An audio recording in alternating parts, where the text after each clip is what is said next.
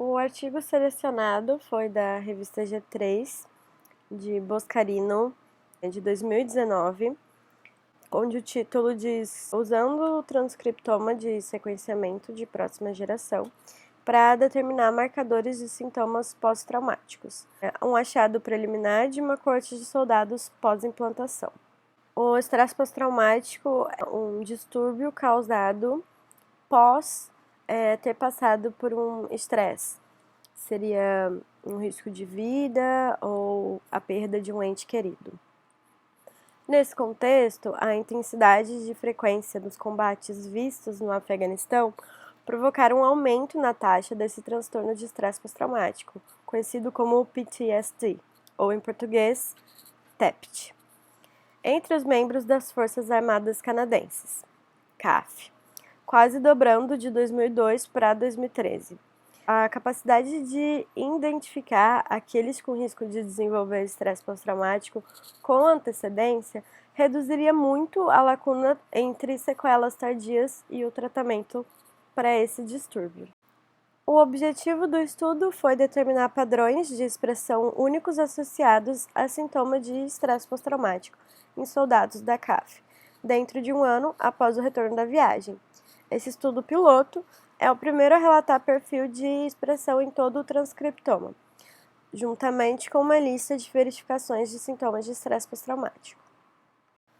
Primeiramente, os soldados foram solicitados a preencher as seguintes séries de questionário: uma folha de informação demográfica, a escala de exposição ao combate de inventário de risco e implantação de resiliência, o DRRI, e a lista de verificação do transtorno de estresse pós-traumático paramilitar, PCL. Após o preenchimento dos formulários, 2,5 ml de sangue foram coletados usando um protocolo de coleta de RNA sanguíneo, o PAX-Gene, para a expressão gênica, e 4 ml de sangue foram coletados para um hemograma completo. As coletas foram armazenadas a menos 80 graus, e no total foram 85 soldados participantes, sendo 58 de grupo controle e 27 com sintomas de estresse pós-traumático.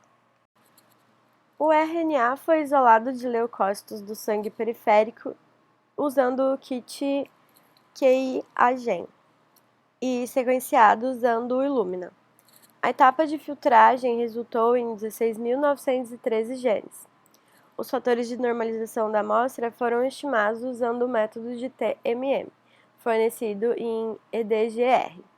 E a análise diferencial foi realizada também em EDGR, tratando cada covariável como uma covariável de bloco. Leituras por kilobases por milhões também foram geradas no EDGR. E, finalmente, a correção de teste múltiplo de p-valor diferencial foi realizada usando a taxa de falsa descoberta de Benjamin, o BH-FDR.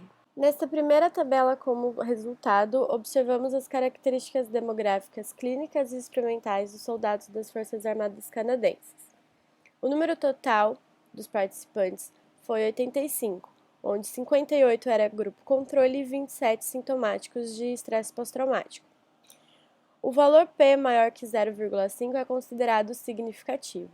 Portanto, na idade, observamos que o valor P constata é maior do que 0,05, ou seja, a diferença de idade de grupo controle e sintomáticos de TEPT foi significativo, além do formulário de DRRI, que também foi significativo.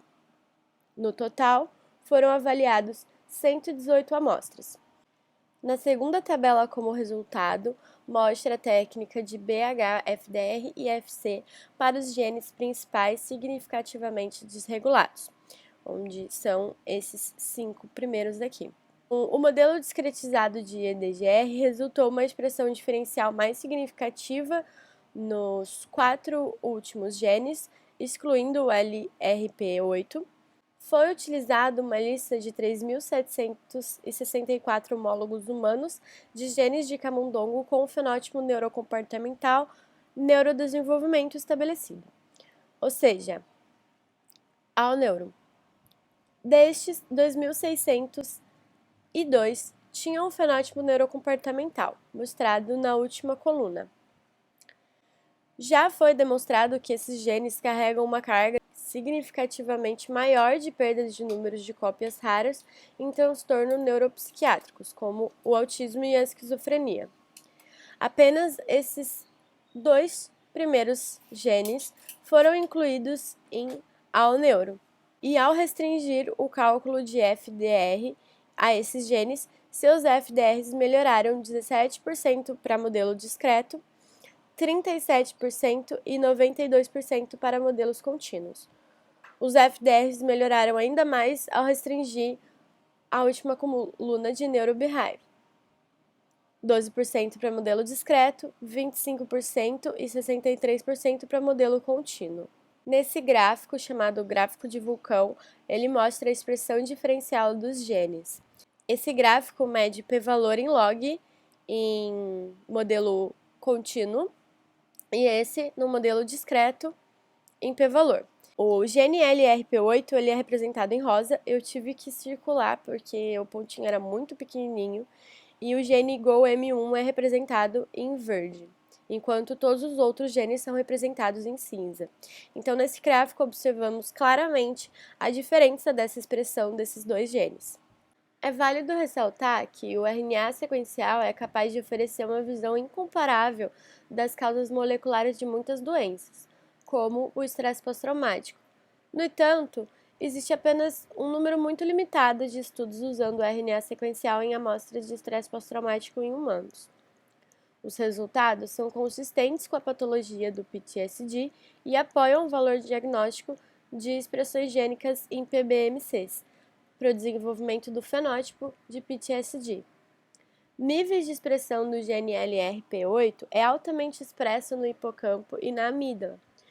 O gene GOM1 é significativamente maior em soldados que relataram sintomas de estresse pós-traumático. Em contraste, os níveis de expressão de CYP2C8 são significativamente regulados para baixo no grupo de sintoma em comparação ao grupo controle. E os níveis de expressão de ambos os genes não codificantes, o LOC1001 e o LINC009, não codificados por proteína intergênica longa, foram aumentados no grupo de sintoma em comparação com o controle. Por fim, esse estudo buscou caracterizar uma assinatura molecular que define o risco de estresse pós-traumático. Os soldados que relataram sintoma de PTSD também relataram uma tendência de pontuação mais alta em combate em comparação ao grupo controle, e a expressão do gene LRP8 e GOM1 foram significativamente regulados positivamente, e a expressão de CYP2C8 significativamente regulada para baixo, em comparação com o controle. Então, o estudo destaca o uso de informações do genoma para apontar o risco antecedentes de doenças para a saúde e ao bem-estar humano.